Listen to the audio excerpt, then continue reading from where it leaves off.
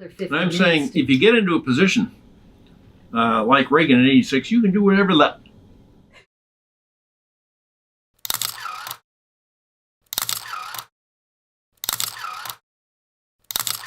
That's the presidential aircraft right behind you. It's called the Columbine. There were 3 Columbines, actually. And one is probably my first memory of the world. I was 3 years old. My grandfather was commander of NATO. We spent the summer with him in Paris.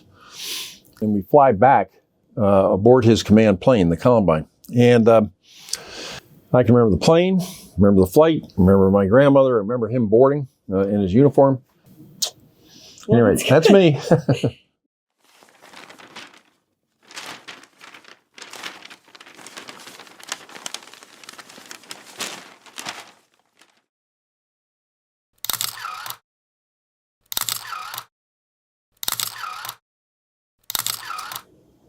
That's my father, my mother, and her father, and her mother. People have sworn an oath to tell not only the truth, but rather the whole truth. That's me. That's summer of '60. And that was going to be our last summer at Camp David. You know, Camp David is technically a naval installation, but it's been named. Roosevelt named it Shangri-La. Eisenhower changes it to David. Then he names the presidential yacht for my oldest sister, Anne. And then there's another yacht named for Susan, who's the middle sister. And then the baby had a tugboat, the Mary Jean. And I think my sisters are jealous because what happened is that all these boats are decommissioned, but the camp's still there. It's Lyndon Johnson Presidential Library, Medicare, Outer Space Treaty, Urban Mass Transit, Medicaid, voting rights. These are all the bills he passed. This brings a smile. I enjoy seeing this.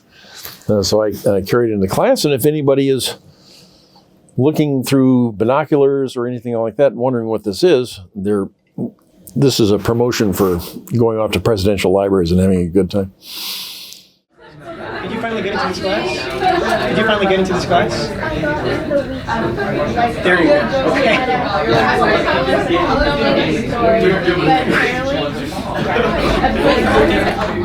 Sure. All right. I can remember the word processing program. It was something called Unistar or something like that. It was an old word processing program. I typed up a document, what I would do if I had an opportunity to come back to Penn. And my idea was there were repositories of primary research accessible enough to people here at Penn that we could usefully design courses and so forth to utilize National Archives and Records Administration, presidential libraries and so forth for the purpose of writing long papers. It just occurred to me. Poli-sci wants to bring me back, but they want to finance it through communications, so I wind up at lunch with Kathleen Hall Jamieson and Dr. Von Voorhees of political science, and she arrives with almost an identical document. No. What I would do if I hired David Eisenhower. And so we're sitting there, we're comparing notes. I mean, we were talking about health benefits within about 5 minutes of that. We realized that we had a complete connection. So we came just like that. And so this is now 30 years ago. We started it, and I was right. Just we're ready. University of Pennsylvania people, they're ready. We're accused of sending people out to do graduate work. The libraries initially accused us of that. We took the compliment, or took that as a compliment. We operate at that level. There is a kind of understanding, and it's written into the United Nations Charter, that fascist states are illegal. We agree on that. It's a negative agreement, but we agree on it. What else do we agree about? World War II. Coming out of World War II. What's the status of Germany? I've never had a boring moment. I've never had a boring semester here. Everything has been a pleasure.